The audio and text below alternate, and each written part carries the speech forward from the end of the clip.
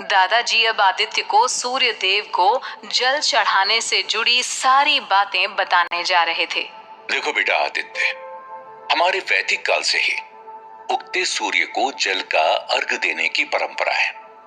पुराने जमाने में लोग जब नदियों पर जाकर नहाया करते थे तो वो उसी समय सूर्य देव को जल का अर्घ देकर उनसे प्रार्थना किया करते थे।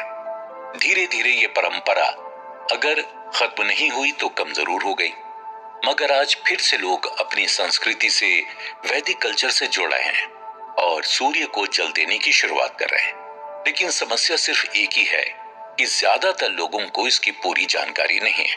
अर्घ देते हुए जिन बातों का ख्याल रखना चाहिए वो उन्हें पता नहीं होती।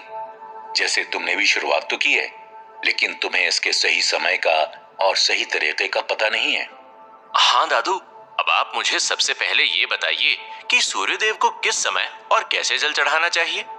देखो, सूर्य को अर्घ देने का पूरा लाभ लेने के लिए हमेशा उगते सूर्य को या सूर्य उगने के 1 घंटे के अंदर जल चढ़ाना चाहिए। यही समय जल चढ़ाने के लिए सबसे अच्छा है, क्योंकि इसी समय सूर्य की किरणों का हमारे शरीर पर सबसे अच्छा प्रभाव होता है। इसके अलावा एक और बात का ध्यान रखना है, सूर्य देव को जल चढ़ाने के लिए हमेशा तांबे के लोटे का ही प्रयोग करना अच्छा रहता है, कांच, चांदी, पीतल, स्टील के बर्तन का नहीं। और सही तरीके से जल कैसे दिया जाता है? हाँ, ये जानना सबसे ज्यादा जरूरी है। सूर्य देव को जल चढ़ाते समय पूर्व दिशा में मुंह करके उगते सूरज के सामने खड़े होना चाहिए। फिर दोनों हाथों से जल से भरा तांबे का लोटा पकड़ना चाहिए, कुछ इस तरह कि हाथ सिर से लगभग 8-9 इंच ऊपर उठ जाए। फिर सूर्य देव का मंत्र बोलते हुए धीरे धीरे जल की धार छोड़नी चाहिए।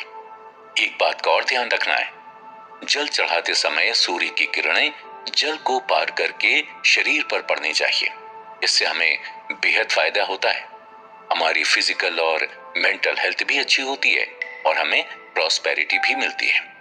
साइंटिफिकली भी सूर्य देव को जल देने से हमें बड़े फायदे होते हैं, क्योंकि सूर्य देव को जल चढ़ाते हुए जब हम पानी की धाराओं में से सूर्य की ओर देखते हैं तो उससे 7 तरह की किरणें हमारी आंखों और शरीर पर पड़ती हैं।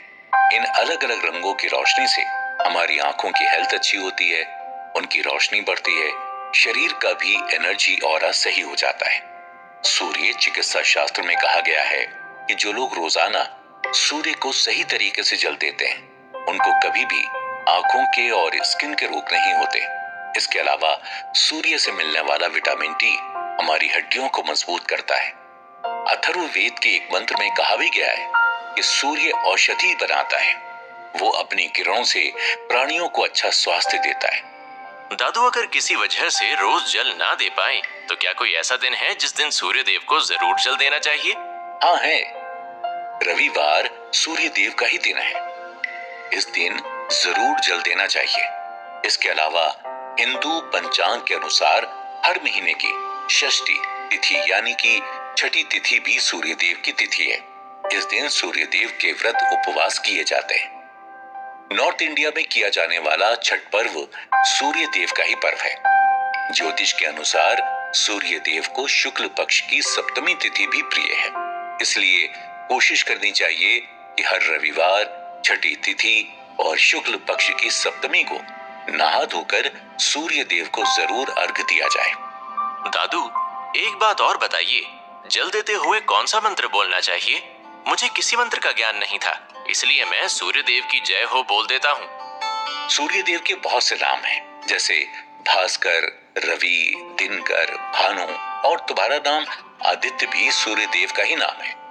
इनमें से किसी भी नाम को लेकर सूर्य भगवान को नमस्कार करते हुए मंत्र बोला जा सकता है, जैसे ओम सूर्याय नमः, ओम भास्कराय नमः, ओम भान्वे नमः, ओम आदित्याय नमः, ओम सावित्रे नमः। वैसे ज्यादातर ओम सूर्याय नमः, ओम किरणी सूर्याय नमः ये बोला जाता है। इसका पूरा मंत्र भी है, जिसे याद कर सको तो जरूर करना, क्योंकि ये बहुत फल देने वाला मंत्र है। नहीं हो रहे हैं तो अर्घ के जल में लाल फूलों को डालना चाहिए। ऐसा करने से सूर्य देव की विशेष कृपा होती है और हमारे सभी रुके हुए काम पूरे होते हैं। ज्योतिष शास्त्र के अनुसार जल में रोली डालकर उसे लाल रंग देने से और फिर सूर्य को अर्घ देने से हमारी कुंडली में अगर सूर्य दोष हो तो वो दूर होता है। ऐसा करने से हमारे शारीरिक रोग भी दूर होते हैं और हमारा स्वास्थ्य भी बेहतर रहता है।